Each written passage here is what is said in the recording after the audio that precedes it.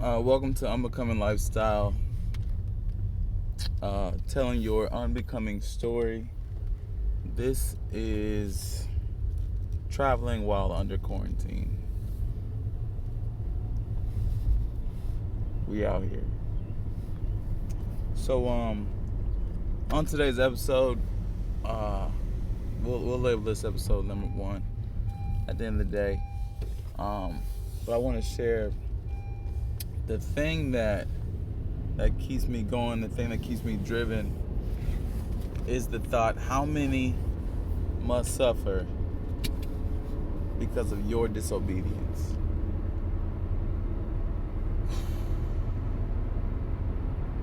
How many must suffer because of your disobedience? And it's sad, honestly. It's depressing, it's demoralizing. And I'm only going to speak from self. Anytime y'all hear or see me talk, it's simply going to be from my experience, because I don't know anybody else's story. We're going to ask, we're going to interview, we're going to share, but the best point of view I can give you is from my own. So it's been a long time coming, and I'll say close to 7 to 10 years.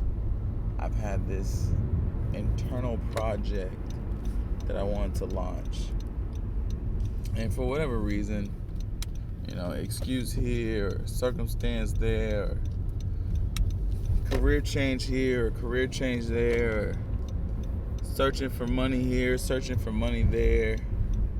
There's always been another reason, another thing, another excuse, another setback, another perfect plan not gone perfect, right?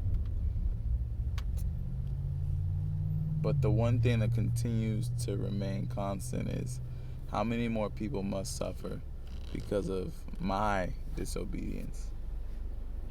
And I believe in this question so wholeheartedly, I've even thought about getting it as a tattoo, so that may happen. But I digress. What keeps a lot of us down and keeps a lot of us from being who we're purposed to be is that we don't take the first step.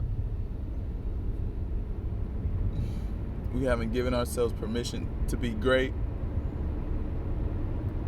We doubt ourselves. We want everything to be perfect. We're always waiting for the right circumstances. And honestly, there is no perfect circumstance for anything. There's no perfect time for love. There's no perfect time for sacrifice. There's no ideal time for anything. The time is now because you are alive. The time is now because you are breathing.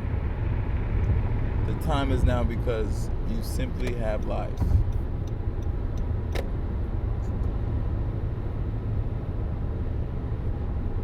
And, since December 2019, our world has been battling this novel coronavirus known as COVID-19. And there's no known origin. There are continuous guesstimations of how these virus and pathogens are transferring from person to person. And just as recently as a week ago, a tiger, ironic, right?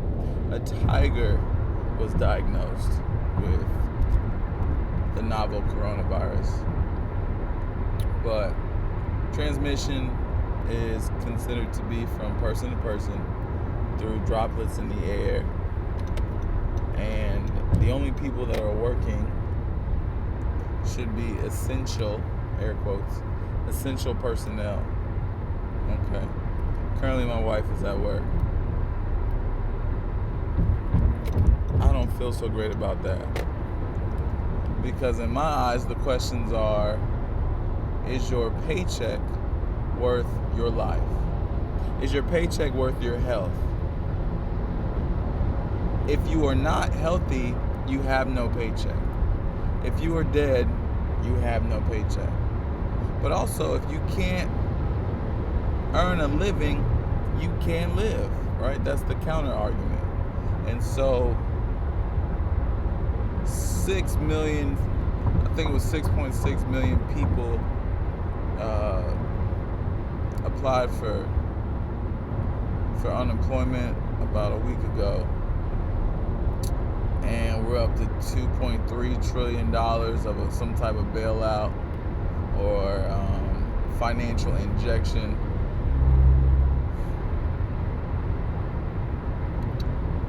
But there seems to be no real signs of stopping. New York now has more cases than any country in the world. 2 days ago, nearly 800 people died in one day. And I say all this to say, let's say this was your last week. Let's say this was your last month on the planet.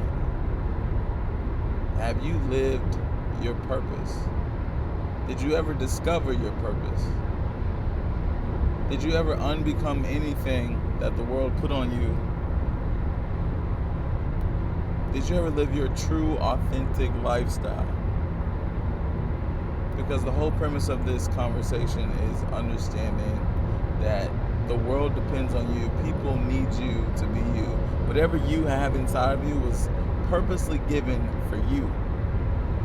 What if this life wasn't about becoming anything at all, but more about unbecoming everything that we are, so we may in turn become who God has purposed us to be?